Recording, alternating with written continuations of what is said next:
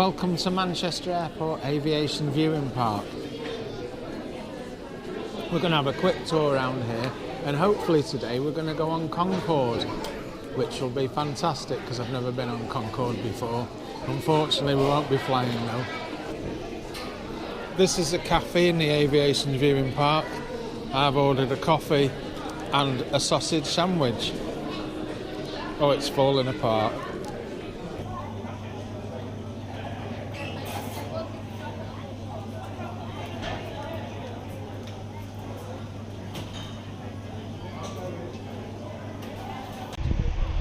So when you arrive at the Aviation Viewing Park, you go into a car park which you have there. It's £5 for 2 hours or £10 for up to 4 hours, which is quite expensive. But when you walk up to the park, they have a guy who's telling you all the planes coming in for plane spotters. He's telling you what type and make they are, where they're coming from and where they're going out to. It's still showing on the screens as departing Barcelona to fly to Manchester at 8 o'clock, Manchester at 12 o'clock, so 2 hour flight. So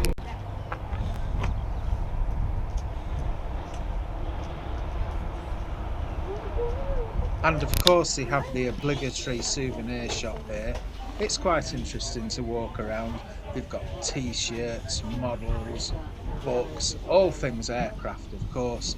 They have some models there, die-cast plane models, and some of them are over £100 for a model of a plane. But it is quite interesting. And these are the models here.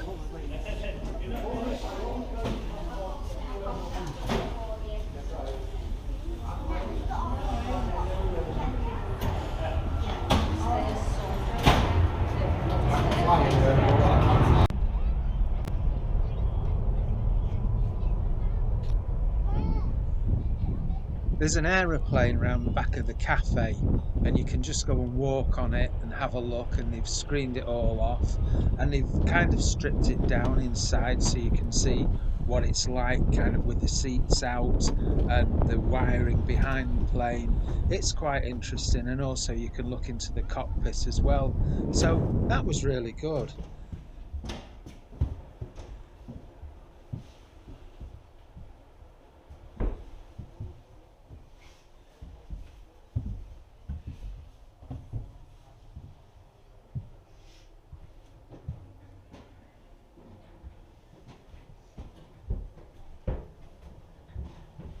It's a shame you can't actually get into the cockpit.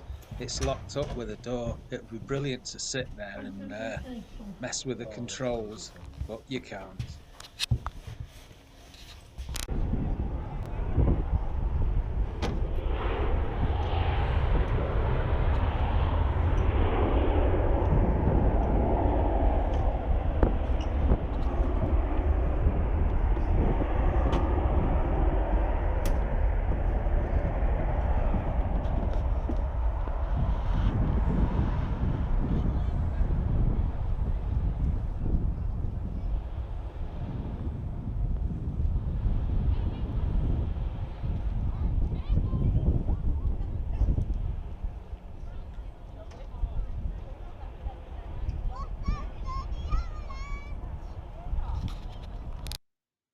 It's an ideal place for a quick photo opportunity.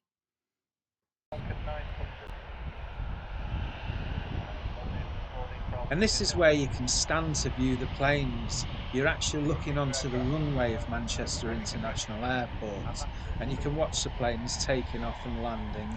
And like I said before when we were coming in, there's a guy commentating, telling you all the planes, telling you where they're taking off to and where they're coming in from, the makes, the models. It tells you quite a bit about each plane really. So if you're a plane spotter, then it's really interesting.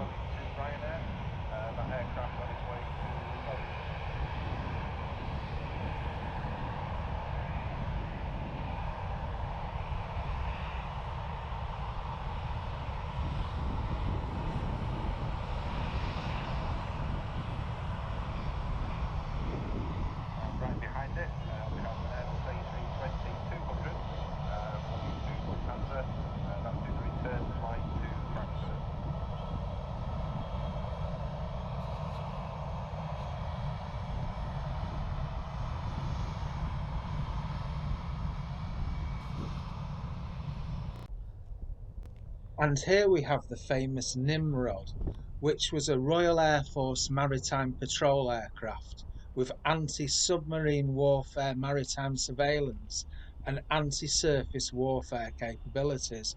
It served with the RAF from the early 1970s until March 2010. Nimrods played an important role in search and support for ships lost or in difficulty at sea.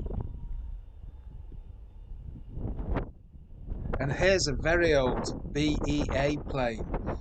It was flown mainly on domestic and European routes between 1959 and 1968.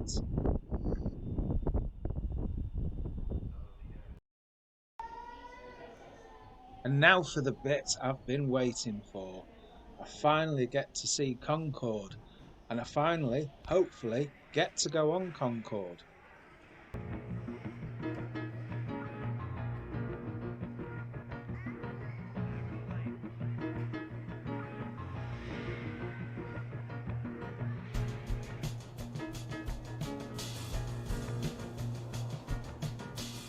I've always wanted to see Concorde. What an amazing plane, flying at twice the speed of sound. I've only ever seen it in the air when I was younger, taking off from Manchester Airport, but now I'm actually going to get inside the plane.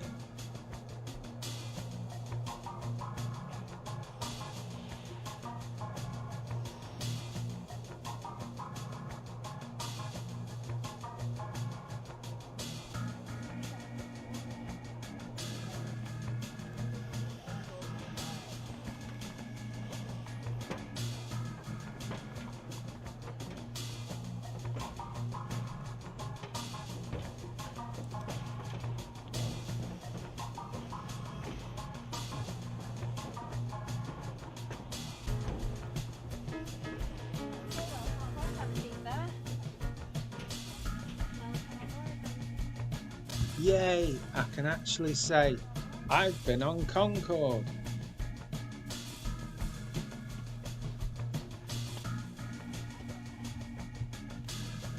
I noticed it didn't have entertainment systems on Concorde, like they do on modern planes now, but then I realised Concorde was made in the 1970s. They didn't have entertainment systems then. It was going to be, or is it smaller, bigger, small? Most people remember Concorde as being really tiny and small and cramped, but if you look down towards the back there, you will see that Concorde is actually very similar in length to a 777. However, of course, the 777 is 6.5 times wider than Concorde.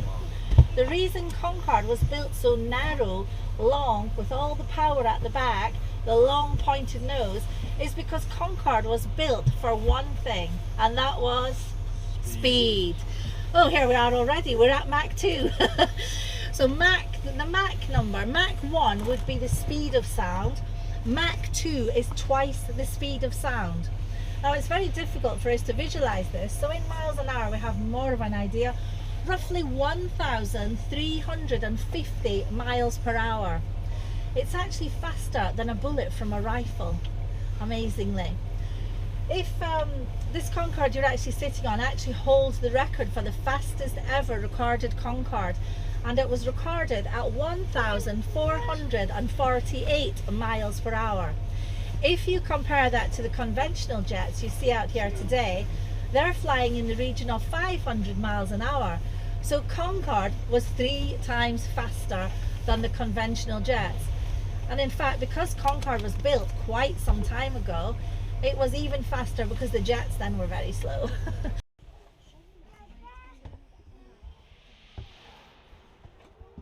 It was amazing to be on Concorde.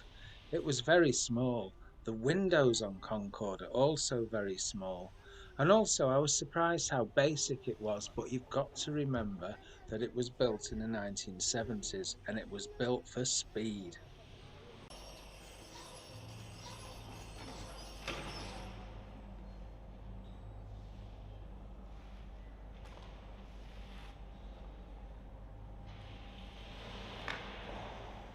I would have loved to have actually flown on Concorde, but I couldn't because when it was flying regularly, I was just a kid with no money.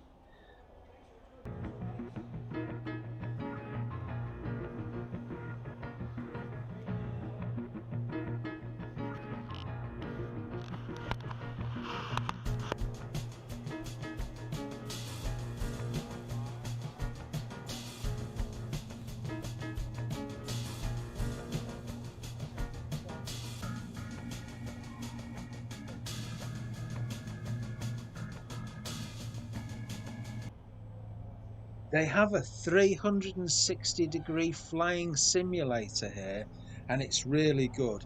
I went on it. So you get in the simulator and you actually control it, and you're actually controlling a fighter plane.